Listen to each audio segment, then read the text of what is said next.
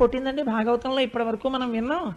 కొట్టిన సందర్భం లేదు. కానీ ఈయన మళ్ళీ తిరగబడి ఛార్జ్ షీట్ ఇచ్చేస్తున్నాడు అమ్మకి. నన్నీవు కొట్టంగా దారి మార్గము ఘటించి చెప్పెదరు కాదేనిన్ మదీయాస్య గంధం ఆఘ్రాణము చేసి.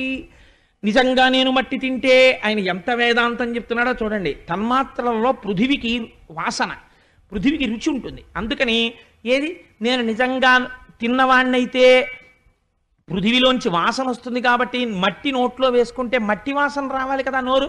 ఏది నా నోరు వాసన చూడు, నా నోరు వాసన చూసి మట్టి వాసన వస్తే నన్నీవు కొట్టంగా దారి మార్గము ఘటించి చెప్పెదరు కాదే నిమ్మదీయస్య గంధం ఆఘ్రాణము చేసి నా వచనములు తప్పైన దండింపవే.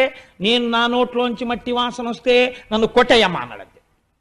అనగానే ఏంటి రావిడి తెంపరితనం, ఇంత ధైర్యంగా అంటున్నాడు. వీళ్ళందరూ మట్టి తిన్నారంటున్నాడు. గోపకాంతలు చూస్తే నిన్న పొద్దున్నొచ్చి చాలా